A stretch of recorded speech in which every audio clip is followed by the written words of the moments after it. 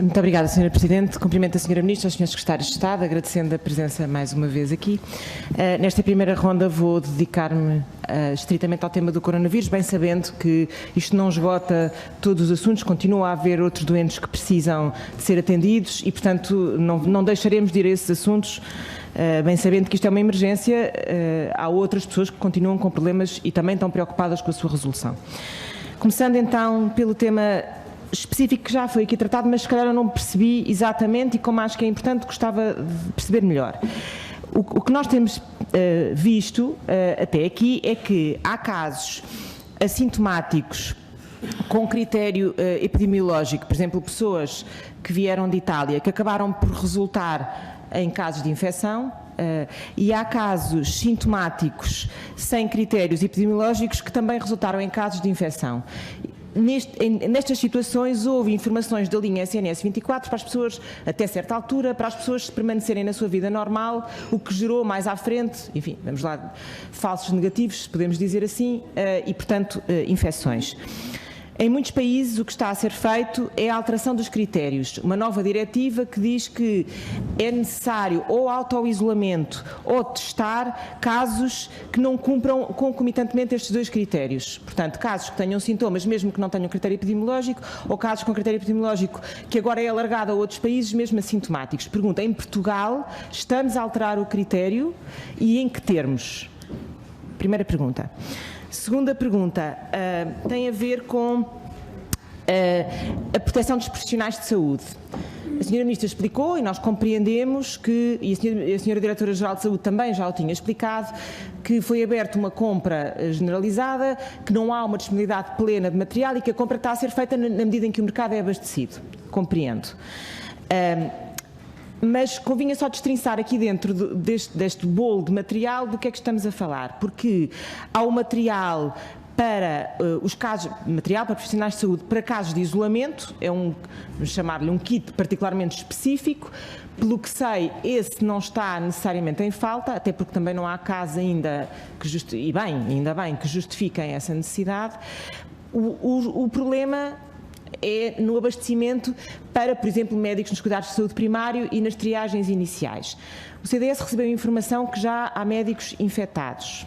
Eu gostava de saber se o Ministério confirma, ou pelo menos em avaliação de infecção, se o Ministério da Saúde confirma essa existência que tem a ver com médicos que não tinham a proteção devida quando atenderam casos que se vieram a confirmar. Portanto, gostaria de saber se isso é verdade ou não é verdade, se tem essa informação, se não tem essa informação. O bastonário da Ordem dos Médicos tem feito, de facto, essa crítica recorrente, essa manifestação de preocupação por via de muitos médicos que se queixam que, de facto, não têm as condições, não sentem a segurança suficiente para fazer estes atendimentos. E, portanto, eu sei que não podem ultrapassar a falta no mercado, é maior do que nós, mas qual é a previsão que têm para uma cobertura, pelo menos nos cuidados de saúde primários ou nos cuidados de saúde hospitalares? Qual é a calendarização que podem prever?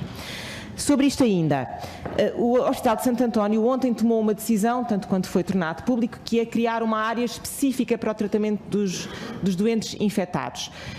Eu pergunto se isto é uma boa prática que vai ser repercutida, vai ser replicada noutros hospitais, ou se porventura se vai mais longe na medida do possível e criar unidades específicas para o tratamento destes casos, para desviar, porque eu bem sei que as pessoas são encaminhadas para a linha SNS 24, nós podemos dizer que essa é a boa prática, mas as pessoas, enfim, farão no uso de sua liberdade e informação as suas decisões e acontecerá que algumas se dirigirão às urgências onde estão outros doentes que não têm, e portanto não será uma boa ideia criar estas linhas de desvio tanto quanto possível. Pronto.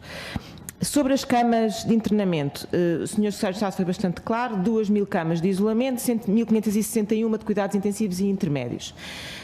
Aquilo que nós sabemos é que aos profissionais de saúde foi perguntado quantas camas é que cada unidade tinha disponíveis, não quantas camas estavam vagas. Portanto, o que eu pergunto é, estas camas são a rede, são hipoteticamente aquilo que existe, mas presumo que não estejam disponíveis, não é? Portanto, E é natural que não estejam, porque há outros casos. O que eu perguntava é, destas, quantas é que estão disponíveis ou quantas é que poderão ser disponibilizadas a curto prazo, caso seja preciso.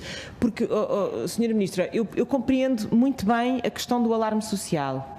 Uma coisa é não gerar alarme social, outra coisa é escamotear informação a bem desse alarme social. Eu acho que nós temos que tentar encontrar aqui um equilíbrio saudável na gestão da informação, para depois não termos que criar cenários. E, portanto, nesta gestão, que eu percebo que é delicada, se fosse possível dar aqui uma resposta mais incisiva. Perguntava também, estamos perante uma crise de saúde pública. O sistema tem que dar resposta, não necessariamente o SNS, o sistema tem que dar resposta. Quando é que vão reunir com os prestadores privados para saber essa capacidade? Eu sei que os prestadores privados, na generalidade, mostraram disponibilidade para ativar este sistema. Quando é que o Ministério reúne com eles para saber quais os circuitos e qual o momento em que se espoleta essa resposta, para não ser depois a quente quando é preciso desviar alguém? Parece que é isso que não se pretende. Finalmente, sobre o plano, e termino muito rapidamente, sobre o plano de contingência, estou preocupada porque de 3 em 3 páginas, quando se fecha um capítulo, diz pontos críticos. Os pontos críticos incidem sempre sobre a falta de meios, que é uma condição pré-existente. Onde é que se vão buscar todos estes médicos, pediatras, que era necessário porque já não existiam antes no SNS? Deputada. Muito obrigada. Senhora Ministra, a palavra para responder. Muito obrigada, Senhora Presidente. Senhora Deputada Ana Rita Bessa, pelas questões. Bom, em termos de definição de caso, a orientação foi atualizada ontem, dia 9/3, peço desculpa, segunda-feira, dia 9/3, com a inclusão de doente com infecção respiratória aguda grave, requerendo hospitalização sem outra etiologia, no conceito de caso suspeito. E também foi atualizada a noção de caso provável e a noção de caso confirmado. Penso que, de alguma forma, isso responde à questão que estava a suscitar, daquilo que é o alinhamento com outras orientações de entidades como a Organização Mundial de Saúde, etc, etc. Sublinhar também que está também disponível uma classificação, penso eu, bastante clara daquilo que é contacto próximo de alto risco e contacto próximo de baixo risco. No fundo, à medida que o surto avança e que conhecemos aquilo que foi a evolução epidemiológica de outros países, designadamente a infecção e a sua propagação, podemos afinar melhor aquilo que é o nosso enquadramento. Equipamentos de proteção individual, concretamente relativamente às máscaras e às suas 3 tipologias, definidas na nossa circular e no nosso despacho de reforço de estoques de 20%, aquilo que temos também a percepção é que são os 2 primeiros níveis, portanto o 1 e o 2, que têm mais carência em termos de disponibilidade, ou seja, aquilo que são as máscaras mais indiferenciadas e o nível a seguir para a prestação de cuidados já invasivos. Não temos noção, não temos nota, não temos informação de que haja qualquer situação de infecção por indisponibilidade de equipamentos de proteção individual. De resto, não tenho também informação sobre se entre os 41 casos que estavam confirmados à data de ontem, algum era médico ou profissional de saúde. Houve casos suspeitos de profissionais de saúde e provavelmente haverá profissionais de saúde em vigilância. Normalmente essa rastreabilidade é feita com maior cuidado face ao risco mútuo, digamos assim, mas neste momento não tenho informação que me permita dizer-lhe que há. Centro Hospitalar Universitário do Porto e unidades específicas e até a pergunta que foi feita sobre a criação de 3 unidades específicas para estes tratamentos, para para o Covid, ao Norte, ao Centro e ao Sul.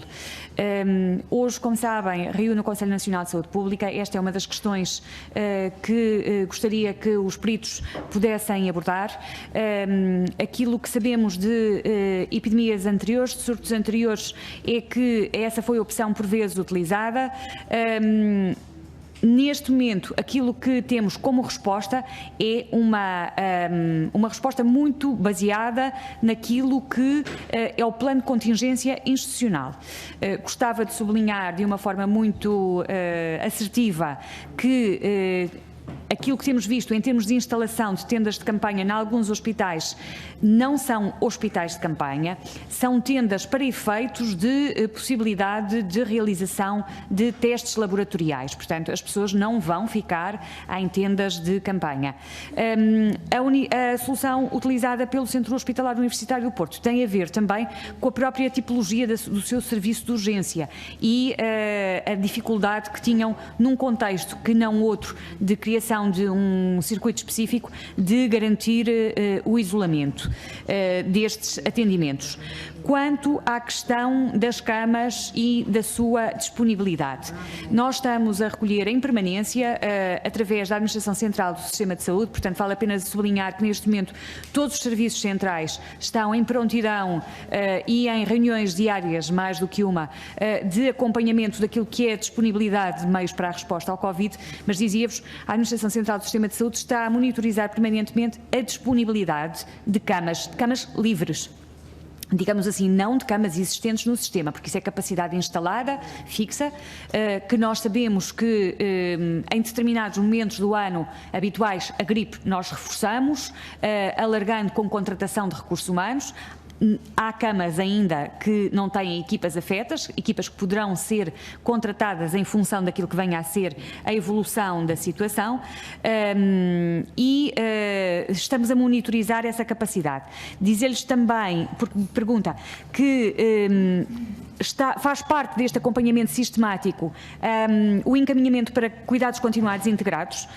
Nós temos, com licença senhora secretária, estamos a acompanhar, posso mostrar aquilo que é o encaminhamento de doentes em camas de hospital de agudos para cuidados continuados, de forma a gerir os fluxos permanentemente e a garantir que não temos em hospital de agudos doentes que poderiam estar em cuidados continuados integrados ou até em camas sociais, porque muitas vezes é esse o caso, e nesse aspecto a colaboração das equipas de gestão de altas e das unidades de cuidados continuados e do MTSSS tem sido inexcedível e vamos continuar a fazer este trabalho diariamente, hora a hora. É nisto que as pessoas estão a trabalhar. Dizer também que esta tarde no Conselho Nacional de Saúde Pública tem assento a Associação Portuguesa de Hospitalização Privada e a União das Misericórdias Portuguesas e que temos estado sempre a trabalhar com estas estruturas no sentido das melhores respostas e inclusivamente os nossos números de camas disponíveis, alguns deles abrangem a capacidade destes setores e foi preparada com estes setores.